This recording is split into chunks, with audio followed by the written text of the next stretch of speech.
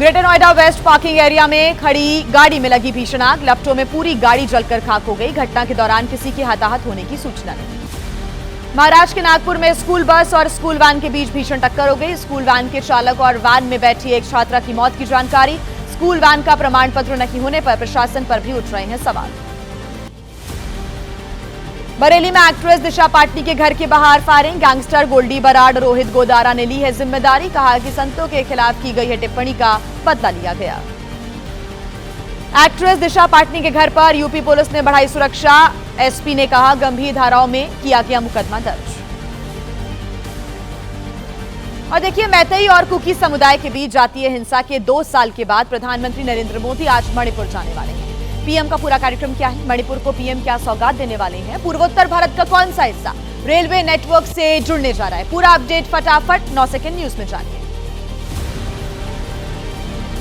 PM Modi का आज से 15 सितंबर तक कई राज्यों का दौरा। मिजोरम, मणिपुर, असम, पश्चिम बंगाल और बिहार का दौरा करेंगे पीएम मोदी। मिजोरम से करेंगे शुरुआत।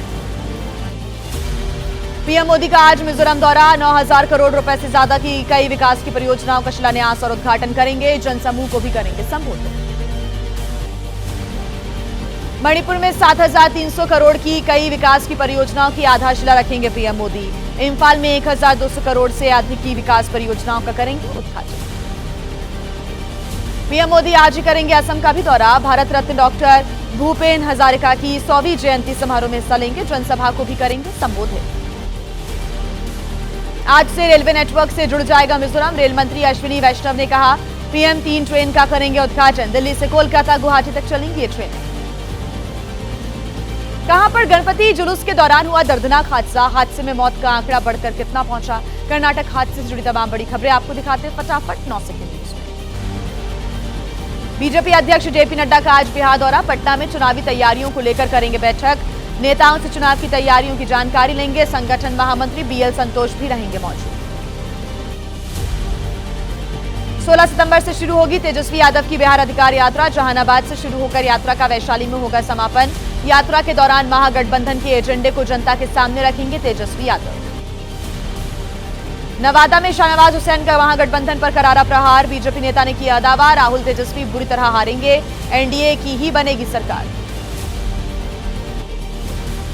बिहार के सासाराम में बीएसपी के नेशनल कोऑर्डिनेटर आकाश आनंद ने करगहर सीट से प्रत्याशी का ऐलान कर दिया है। उदय प्रताप सिंह को बनाया गया है प्रत्याशी। कहा कि गरीबों दलितों के हक के लिए लड़ती रहेगी पार्टी।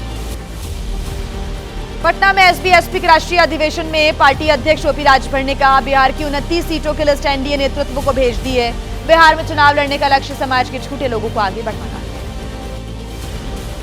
बिहार के कटिहार में जेडीयू नेता और केंद्रीय मंत्री ललन सिंह ने गिनाई राज्य और केंद्र सरकार की उपलब्धियां। कहा 15 सितंबर को पूर्णिया में होने वाली पीएम मोदी की रैली होगी निर्णायक। बिहार कांग्रेस के एआई वीडियो पर भड़की बीजेपी। पीएम मोदी की मां का एआई जनरेटेड वीडियो जारी करने पर कड़ी आपत्ति व्यक्त की। कहा राहुल गांधी बहुत नीचे गिर गए हैं और पीएम की मां का अपमान करने वालों पर मुकदमा होना चाहिए। बीजेपी नेता शाहनवाज हुसैन ने एआई वीडियो को बताया पीएम मोदी की मां का अपमान। कहा कि बिहार इस अपमान को नहीं करेगा बर्दाश्त। बार बार कांग्रेस ने पीएम मोदी की मां का अपमान किया। बिहार कांग्रेस के वीडियो पर पप्पू यादव का भी तंज। कहा कि राजनीति का नैतिक स्तर इतना गिर गया कि लोग मां को भी राजनीति में घसीट रहे हैं। गाली देने की परंपरा केवल बीजेपी से सीखी जा सकती है। बिहार कांग्रेस के एआई जनरेटेड वीडियो पर बोले बीजेपी सांसद रविशंकर प्रसाद का ये बहुत ही शर्मनाक। कांग्रेस का ये स्तर कि पीएम की दिवंगत मां के मीम्स बनाते हैं। राहुल दें जवाब। गिरिराज सिंह के विवादित बयान पर बोले आरजेडी नेता एजाज अहमद। कहा कि पीएम मोदी गिरिराज सिंह को मंत्री पद से हटाएं। गिरिराज सिंह दंगा भड़काना चाहते हैं। गिरिराज सिंह की गिरफ्तारी की भी मांग की। गिरिराज सिंह के मुसलमानों पर दिए गए बयान पर भड़के कांग्रेस सांसद मुकेश कुमार। कहा कि बिहार में हिंदू मुस्लिम की राजनीति कर रहे हैं गिरिराज। पूछा कि क्या मुस्लिम भाई देश का हिस्सा नहीं। कांग्रेस सांसद इमरान मसूद का गिरिराज सिंह को जवाब। कहा कि सरकार देश की होती है, किसी व्यक्ति की नहीं होती। हर नागरिक को सरकारी योजनाओं का लाभ पाने का अधिकार है।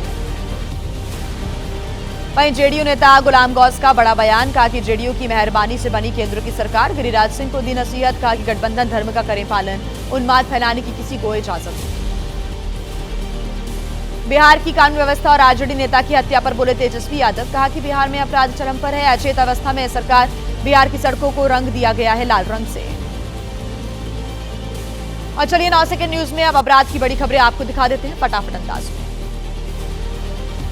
धारचूला अस्पताल में परिजनों ने इलाज न करने का आरोप लगाया। कहा आधे घंटे तक नहीं मिला मरीज को इलाज, नाराजगी जताने पर धमकी दी। डॉक्टर ने आरोपों को बताया है निराधार। तेलंगाना के निजामाबाद में एसबीआई बैंक से 5 लाख रुपए की चोरी, सीसीटीवी फुटेज में खुलासा हुआ। 12 साल के लड़के ने वारदात को अंजाम दिया, काउंटर से 5 लाख रुपए लेकर फरार हो गया। रोहतास में नाबालिग चोर ने दिन दहाड़े उड़ाए 50,000 रुपए, सीसीटीवी में रिकॉर्ड हुई तस्वीरें। ज्वेलरी खरीदने के दौरान बाइक की डिग्गी में छोड़ दिए थे पैसे। मध्य प्रदेश के बालाघाट में ऑनलाइन ठगी करने वाले गिरोह का खुलासा हुआ। आधा दर्जन आरोपियों को किया गया गिरफ्तार। कई राज्यों तक फैला हुआ है नेटवर्क। मध्य प्रदेश के आगर में करीब 4.5 करोड़ का ड्रग्स बरामद हुआ है। एक कार से मिला बड़े पैमाने पर अलग अलग तरीके का नशा। मुखबिर की सूचना पर एमपी पुलिस ने की बड़ी कार्रवाई। देखिए कई स्थानों पर बारिश थम गई है और इसके बाद बाढ़ प्रभावित क्षेत्रों का क्या हाल है। दिल्ली से लेकर प्रयागराज तक यमुना के जलस्तर का क्या अपडेट है। मौसम से जुड़ा अपडेट आपको दिखा देते हैं फटाफट 9 सेकंड न्यूज में। जम्मू कश्मीर के पुंछ में जमीन धंसने की वजह से लगातार लैंडस्लाइड का सिलसिला जारी। कई मकानों पर मंडरा रहा है खतरा। जम्मू कश्मीर के अखनूर में बाढ़ प्रभावित इलाकों तक पहुंचाई जा रही है मदद। एनजीओएस मदद के लिए आगे आए। बाढ़ प्रभावित इलाकों का कर रही है लगातार दौरा। दिल्ली में यमुना नदी का घट रहा है जलस्तर। बाढ़ का बड़ा खतरा टलने से लोगों ने राहत की सांस ली। आने वाले दिनों में और भी राहत की उम्मीद है। प्रयागराज में भी गंगा और यमुना नदी का घट रहा है पानी। अब बाढ़ का खतरा कम हो गया है। पानी उतरने के बाद साफ सफाई का काम जारी है। पंजाब के फाजिलका में राशन को लेकर विवाद हो गया। बाढ़ प्रभावित इलाके में आपस में भिड़े लोगों के अनुसार हस्ता गांव के नजदीक लोगों ने घेर ली थी राशन की गाड़ी।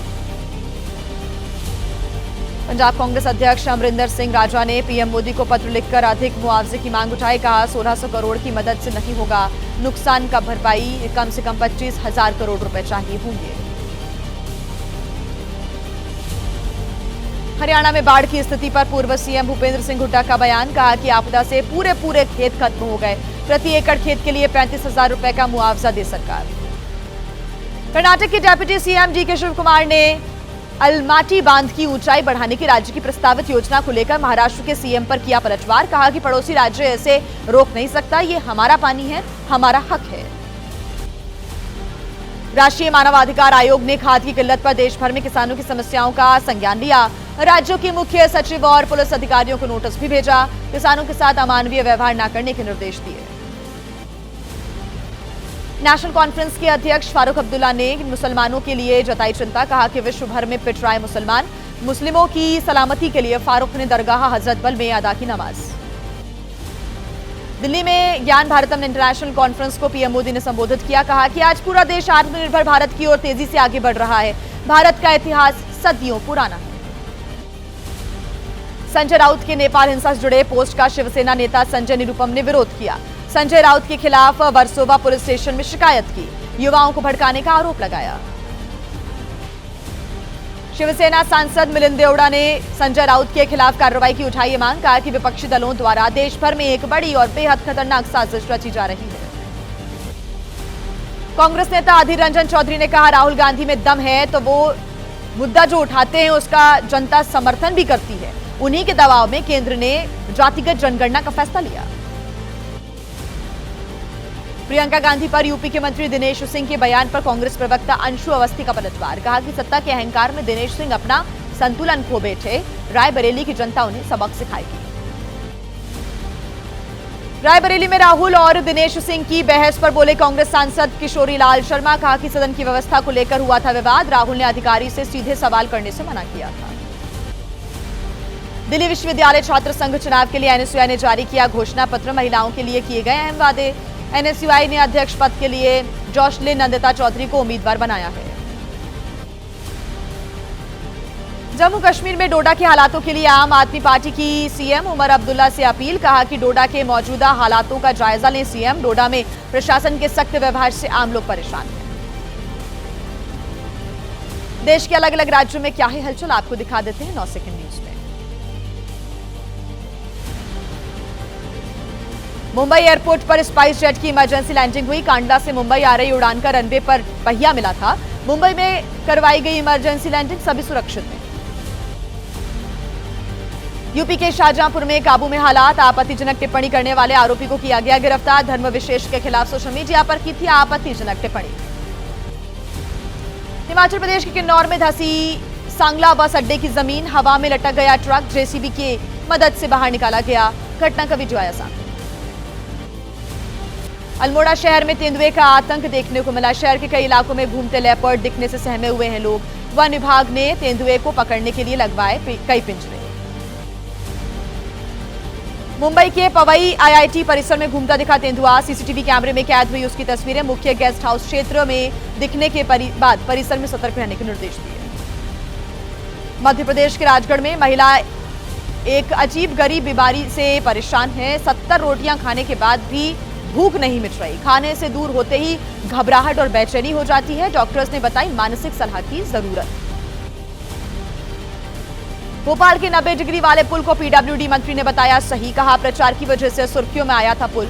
हाईकोर्ट ने भी कहा था ठेकेदारों को मेडल मिलना चाहिए। एशिया कप को लेकर घमासान क्यों छिड़ा हुआ है, पूरा अपडेट आपको दिखा देते हैं 9 सेकंड न्यूज में।